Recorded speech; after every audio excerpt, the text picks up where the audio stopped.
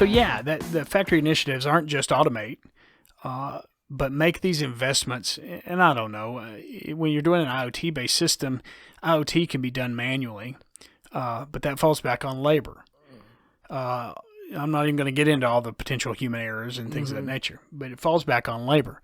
And so if labor is kind of the problem, which for most it is, then an automated IoT system where it's automatically pulling this information, or at end of shift it puts this stuff together, or whatever, it's just getting you quality data in a quality amount of time, then make those investments into those systems is what we were talking about in July of last year. Yeah. We'll get into it. It's not too late to do that stuff, No. but we'll get into it. And you'd save that person from writing down the stuff. That's one person writing the stuff down, another one entering in the system, and then you have the possibility of, mistyping. The one person that looks up and says, that can't be right. Yeah.